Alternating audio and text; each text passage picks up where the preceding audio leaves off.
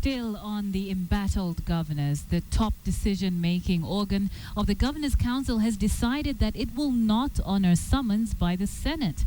The governors say that only the Supreme Court can diffuse their stalemate with the Senate. Let's go to Sam Ogina for more. Jolted by summoning of 9 of its members, the Council of Governors convened a crisis meeting Tuesday to strategize on containing the Senate.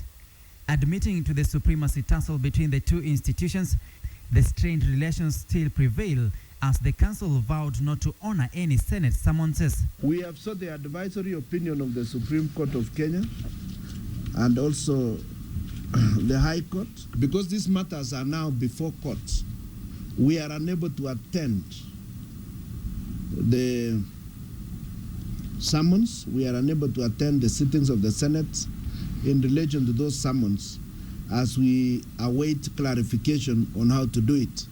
This should not be construed as an act of defiance. The antagonism has roped in more governors. Reports indicate the Senate has summoned at least 30 governors to appear before the Bill Okero-led Senate Finance Committee. 12 of the governors sit in the Council of Governors Finance Committee, 9 are heads of committees in the council, while 6 are described as influential governors.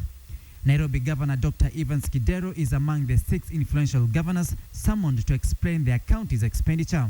The national government officials are actually oversighted by the national government, and that at the county levels they are oversighted by the county assemblies. So, and here it is, the Senate is saying we should all be coming to the to the Senate. The question is, will the Senate then be oversighting everything in all the 47 counties? That one we are not negotiating.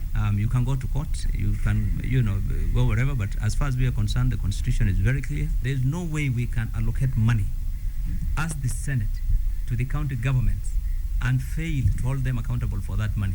Despite Article 96 of the Constitution empowering the Senate to represent and protect county interests and their governments, and subsequent Article 125 that grants any House of Parliament or any of its committees powers to summon any person to appear before it to adduce evidence, the governors sought refuge under Article 226 subsection 2 that stipulates that the accounting officer of a county public entity is accountable to the county assembly for its financial management, thereby alleging that no one can summon a governor. There is a difference between the role of the governor. There is a difference completely.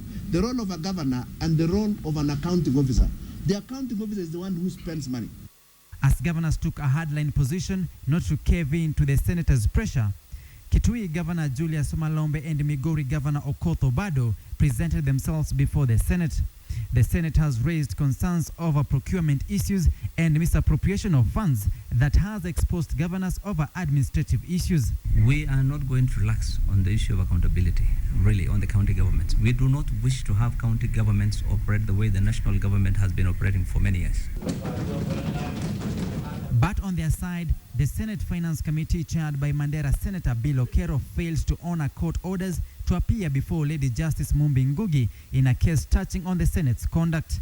The High Court also declined the prayers by governors to stop the Senate from gazetting the impeachment of Embu Governor Martin Wambora.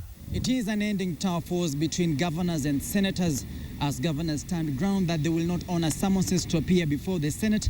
The Senate continues to flex its muscles as the number of governors it has summoned rises close to 30. Sam Ogina, KTN, Nairobi.